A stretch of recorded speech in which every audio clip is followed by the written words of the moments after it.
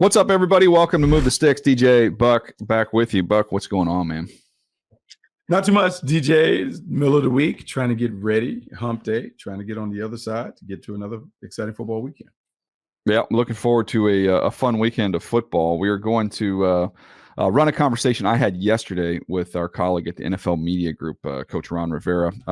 Those that don't know, Coach Rivera, former head coach of the Panthers and the Commanders, played for the Chicago Bears, really highly respected around the league, not only as someone who's a good player and a really good coach, but someone who was really the highest character, who's just very well regarded for how he treats people and his leadership ability.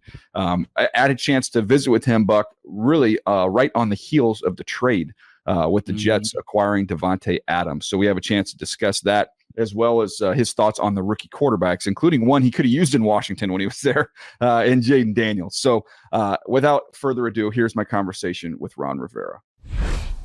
Well, Coach, we appreciate you taking the time for us today. I guess it's fortuitous that we're going to have you on and we get a big in-season trade, which we don't see a lot of in the NFL. But just first reaction when you heard the news, Davante Adams no longer a Raider, he's going to rejoin Aaron Rodgers. Well, my first thought was good for New York. Honestly, I really did think that. Aaron Rodgers is going to have somebody he's very comfortable with, a guy that already knows and knows his mindset as to what he wants to do with wide receivers, how he wants to use them, what he expects of them. But I also think this is a guy that's going to help their football team more so than anything else. I believe that. I believe the offense will get better. I think what will happen is Aaron will play with more confidence. He'll also play knowing that he's got his safety, his safety valve. He's got a guy that's very familiar with him. And then I think he's also going to know that Davante is going to help that young room of receivers. He's going to help those guys grow and develop and be better football players just by his example that he's going to set. It's going to help the running game as well, because the running game will not have to face as many 8-man boxes. I think it'll also help the offensive line, because there are some quick throws that he makes to Davante that's going to get the ball out of the quarterback's hands. The offensive line is not going to have to sit there and try and protect as long as it's had to. So I think that's the plus as far as the offense is concerned. Defensively, it'll help them as well. Why? Because I think on some of them third downs, the drives are going to be extended. They'll spend fewer plays on the field. The offense will, handle the ball a little bit longer and I think eat up a little bit more clock. I think overall, this is a good thing for the New York Jets. As far as the Raiders are concerned, I think now the players won't have to deal with the question of, hey, when's Davante coming back, or does he really want to get traded? That distraction is gone. I mean, so let's be honest about that. As far as that, that'll be a plus for the Raiders. Plus they get a third round pick that could become a second based on a couple things happening.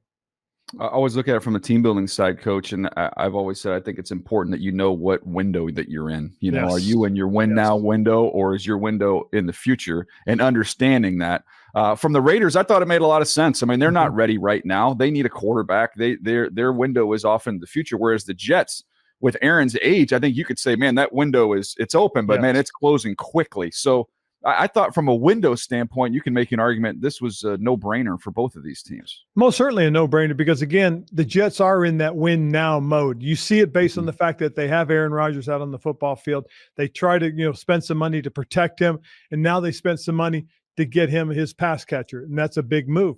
And for the Raiders, you're absolutely right. It's a young football team with a young head coach that's going to go through some growing pains. But why not take the time? Why not go ahead and see if we can get as much of this draft capital as we can get, this currency that we need to be able to build this team and get it into a great position? If you look at what happened for the Bears, look what happened for the Commanders. These are teams that had a lot of draft capital coming into this past draft, and they were able to not only get their quarterbacks of the future, as we're starting to see, but they were also able to get them some offensive weapons.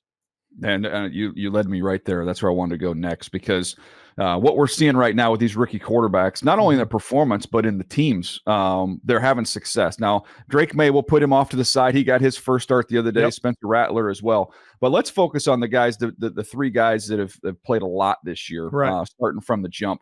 With Jaden Daniels and Caleb Williams specifically, let's start with those two. We'll get to Bo Nix in a minute. But the team success to go along with the individual success, what's been most impressive there from you?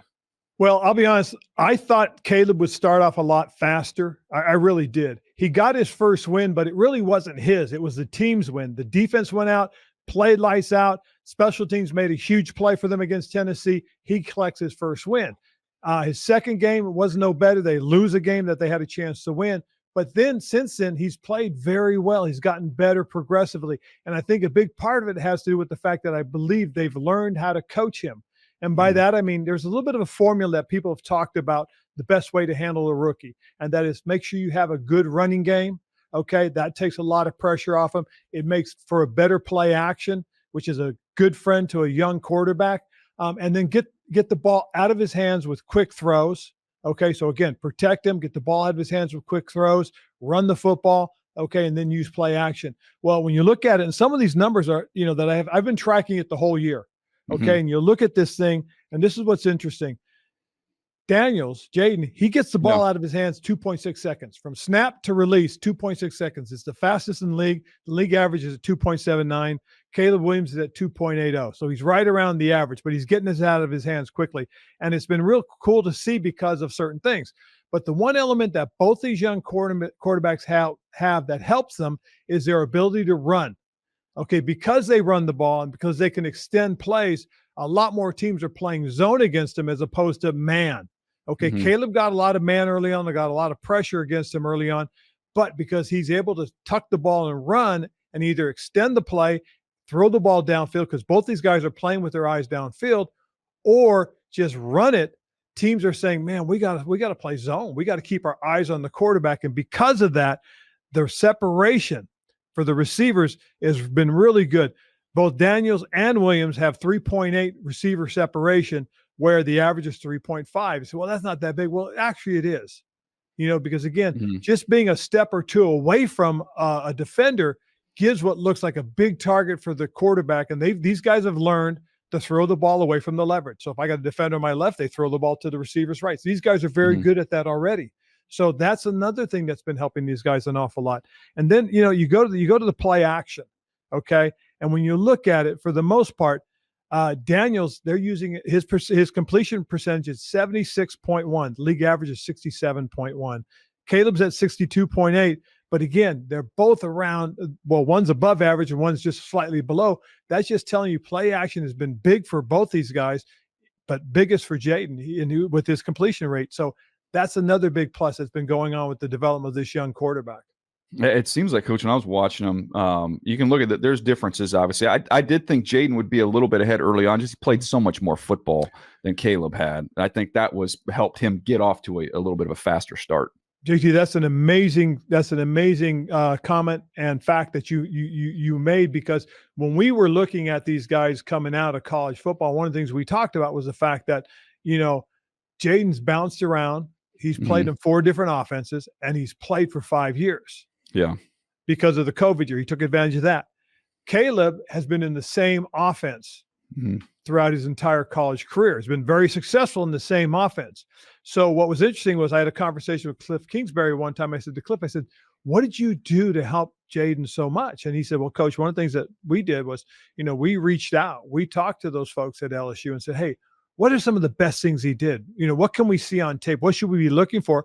And they looked at those things, and they've taken that and they've incorporated it into what Cliff does. I mean, it's brilliant about what Cliff Kingsbury has done, giving his quarterback the best, situation. Now, when we drafted Cam Newton, number 1, kudos to Mike Shula and Rob Chudzinski. They go down to Auburn and did the same thing. They went out and they said, hey, let's find out what he does best. Let's take it and let's incorporate it into what we want to do. And we had that in our offense for the entire time Cam was there. And his success was undeniable. I mean, he was the NFL Offensive Player of the Year. I mean, he was the MVP because of those situations, because our coaches took the time to find out what does he do best. Didn't try to force him to do something he's not good at. Yeah, absolutely. And I think when you also watch it, Coach, if you talk about the ball getting out of your hands quick, it feels like when you're just going through these games, inside the pocket, hey, ball's out. And they're using that orbit motion. Cliff's doing an awesome job with all the orbit motion stuff. The Bears really started doing a little bit more of that, where you've got like an RPO, you've got to give, you've got the orbit, and then they even had a tunnel coming inside of it. So, I mean, you've got 3 options there, none of which are very difficult. So it was like quick inside the pocket. And then if we want to push and we want to stress the ball down the field, Now we can use the athletes here. We can get them outside the pocket. You've cut the field in half, and now they've got options to run, or they can maybe get some shots, but not asking these guys to sit back there. We're not taking 7-step drops and asking these guys to live inside the pocket and read this thing all the way out. You know what's crazy about that, though, is if you get a young quarterback that has that ability, and I think Jaden has a little bit of that. I think Caleb has the ability to do it as well. But when you have that opportunity to take a 7-step drop, take the snap and just back up and look at the field. And if you want to make that quick throw, you can. But if you have time, or you can create time by extending the play with your own ability without it being called to move the pocket, and find those guys down. So you've seen that, and you've seen it a couple times. And his obvious target has been Terry McLaurin, who really has been really big for him. He really has. And that's one of the things that has been very impressive too, is just his ability to extend plays and then create off the move. Yeah, no doubt. And I think the thread line with these guys has been poised. And I thought early in the season, you mentioned it, Caleb got heated up. They couldn't run the ball. They weren't protecting. They weren't communicating up front. He was getting hit a bunch. And when you go through those games, there's misses.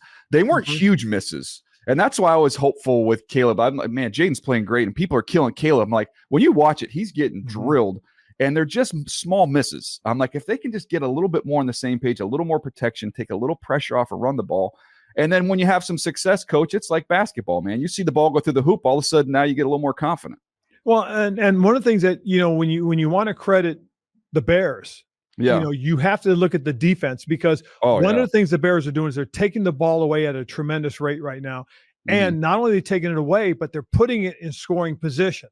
So Caleb has that benefit of being able to use a shorter field. And he's taken advantage of it. They've taken advantage of it as an offense, and they're scoring points. When you watch Jaden, and this is where people talk about, who could be the rookie of the year. And I thought Caleb would be in the lead right now. I was wrong. Jaden has really stepped up initially. He's in the lead. But he can also be considered as somebody to talk about as league MVP or offensive MVP. And the reason I said is because not only is he playing well on the offense, but he is lifting the play of his defense. Getting the leads like they've had early in games, the defense has been able to cut loose and really go out and make plays and make things happen. So I see that for Jaden. And on the other side, I see Caleb, he being lifted by his defense. So you're getting two different dynamics, but it's, really what you expect from a rookie quarterback as far as Caleb is, and that is to rely on his defense. But Jaden raising the play of their defense, that's pretty special. Yeah, no doubt. And quickly, coach, on Bo Nix, it's a different situation where he is right now. I was curious with him and Sean. Everybody had said, oh, he's got his Drew Brees. And I'm like, well, he's obviously not going to compare him to Drew, but he's got some Taysom Hill to him as much as maybe he does kind of Drew to him. So they're moving him around. I was at that call the Charger game this last week and saw him live. In the first 3 quarters, they could not. I mean, they didn't do anything. They could not move the ball at all. And then the fourth quarter, he had a little magic where he was running around. But it's not it's not as smooth as sailing as we've seen with the other two guys. No, it's not. And it's been pretty tough. And I will say this though, and again, credit to what they're doing on offense, because I really do think that he's going to be a really good quarterback. And I think Sean's going to figure out how to incorporate his ability to move within the pocket. Because you're right. When that young man was moving, he was making things happen downfield. He really has. And again, as he continues to grow and develop as a young player, we're going to see a lot of positive things come from his growth and development. Yeah, no doubt. One last thing, Coach, before I let you go, you talked about Cam. We've always used the word hope, man. Like, you could be a franchise and you could be maybe drifting and going one way or the other, but man, when you hit on the young quarterback, what type of hope, what type of energy does that give, not only to downstairs, but really throughout the whole building and the whole city of a fan base? We got our guy. I mean, I'll be honest. I spent 4 years in Washington looking for a guy. It's unfortunate. Alex Smith was a guy, and unfortunately, he had the leg injury. Those are the kind of guys you want to find, because they're smart, they're athletic, they've got great arms, they make great decisions, they can protect the ball, they can make plays when you need them to make plays. And when you have that guy, everybody always believes you have a chance. Like you said, you have hope. And that's real important, because in that building, hope is a very powerful thing. On the field, it's even more powerful because if you have a chance to win and you believe you have a chance to win, you're going to win. I mean, and so when we got Cam, we saw glimpses of it from the very first game. He throws for over 400 yards his first 2 games. It was phenomenal. Yeah. And our players started to buy in and believe. The next year we improved, we got better. And then our third year is when we won the division. And then we win 3 straight divisions and go to the Super Bowl, all because of what was created by the hope of having that quarterback, having your guy. This is a quarterback-driven league. Everything starts with your quarterback. You have a guy that can be a game manager, can also be a guy that needs to make plays when you need to have him make plays, and can protect the ball. That's going to give you every opportunity and, more importantly, like you said, hope to win football games. Well, that is absolutely 100% the case, and you saw it firsthand. Coach, you've been generous with your time today. It's great to have you as a teammate here at NFL Network, and hopefully we can do this again soon down the road. No, I appreciate it. All right, Buck. It's always great to catch up with Coach Rivera, and you know we use that word that you and I have used a million times, hope. Right? You get a quarterback, you hit on him, it just provides so much hope and energy to the entire organization. It does. It gives you an opportunity to build it the right way. We talk about the league being a quarterback-driven league, and if you have a young quarterback, we can talk about all the positives when it comes to the salary cap, but it's about position for a decade. And being able to have that security, knowing that you have the right guy to lead your franchise, you can build it, tear it down, rebuild it, because as the quarterback is transitioning from manager to playmaker, he can help you sustain it when you have to kind of turn the roster over once you commit to the big payday. Yeah, I mean, look, I think it's what every general manager, what every head coach is looking for. You're looking for that QB1 that has elite potential. He talked about with Caleb, he thought the coaching staff had learned more how to coach him and how to use him after some time with him. What did you see in studying him in the lead up to your game last week versus what you saw live in person there against Jacksonville? First 3 games, it appeared that, the Bears were trying to have him run their system. They were trying to kind of put him, I won't say in a box, but they're trying to make him play traditional NFL quarterback. And Caleb Williams is not a traditional NFL quarterback. He has the ability to do a bunch of that stuff, but he also has some added dimensions to his game that you want to unlock and really utilize to take your offense to another level. What I'm seeing now is, look, and he already talked about it. They simplified it. They lightened the load a little bit. They made it very, very easy for him. The one thing that they're doing, I think more teams should do, DJ, playing with tempo. The conversation that we had about the college game with Lane Kiffin and Lincoln Riley, and how when you have the headset staying on the 15 seconds, well, that's what the Bears are doing. They get it going. They get you to the line of scrimmage, and it's all the processing of information with the assistance of the mentor in your ear being like, hey, here's what we're going to do. Reminded, look left to right. This is what we have. Oh, looks like they're in this look, whatever. He's playing really well. He's very confident. And they haven't even unlocked the weapons yet, because there was a lot of swing passes to Smith. Cole Kmet was the playmaker of the day. Keenan Allen, DJ Moore have relatively quiet days. Man, if they ever figure out how to get all of the weapons going at one time, the Bears' offense is going to be unlike any that we've seen in the Windy City. I also think it's interesting when you have a quarterback, especially a young quarterback, when you can run it a little bit and have a little protection. They look a little different. You got to give those guys around them a lot of credit there. It's the same thing we always talked about. The running game just creates so many different things in terms of just being able to clear the picture up for the quarterback. And then DJ, tempo, empty package. I mean, it's not hard. I feel like we've been singing the same old song for 15 years. Like, let's go empty. Let's see where it is. Let's motion the guy into the backfield, man or zone. Now let's make the play. We're on the clock so I can talk to him. It's the formula, tried and true. It works. Yeah, I mean, it always works. It's time for Hot or Not, brought to you by Wasabi. So looking for somebody who's hot and somebody who's not. I'll give you somebody who's hot, and that's Zay Flowers. Seeing him continue to evolve and grow inside that offense there in Baltimore. I use the comp. He's not Steve Smith, but he has a little bit of Steve's kind of DNA in him in terms of he plays bigger than he is, and he is just dynamic getting in and out of breaks, man. Yeah, he's dynamic, man. He can get in and out of breaks. He's fast, and I'm gonna say this, man, because I was skeptical of this offense and how they would incorporate all the many pieces that they have. Lamar Jackson, Derrick Henry, Zay Flowers, who's emerged, Isaiah Likely, Mark Andrews, all of this stuff. Man, Zay Flowers is so good. And the fact that they're able to have a 100-yard rusher, 100-yard pass receiver, they got other complements to it. Ravens going to be there, man. They're built for this. And I know they got to answer their postseason woes. But, man, their offense is dynamic, is explosive, and it's really humming right now. Yeah, 9 for $132 for Zay Flowers, who's in a nice little run right now. How about yourself, Buck? Who do you like? Who do I like? I love what Will Anderson is doing for the Houston Texans. I mean, he's playing great. I mean, he's just talking about being a dominant player. 3 sacks, had 8 tackles, dominated the game. You talk about a guy coming on the heels of a Defensive Rookie of the Year award, and he just continues to get better. And what I like about Will Anderson is just the way that he represents the franchise. D'Amico Ryans has not been afraid to put a lot on him. He and C.J. Stroud are the faces of that team. And even though they brought veterans around him, Daniil Hunter and those guys, look, it's clear and apparent who the number 1 pass rusher, number 1 defensive playmaker is. They're leaning on him to make those plays, and he stepped up. He was up to the challenge this weekend. Yeah, no, he was awesome. It's been fun to watch him and a team. By the way, we could do this on another episode, but if you're drafting, we talked about this when you were gone.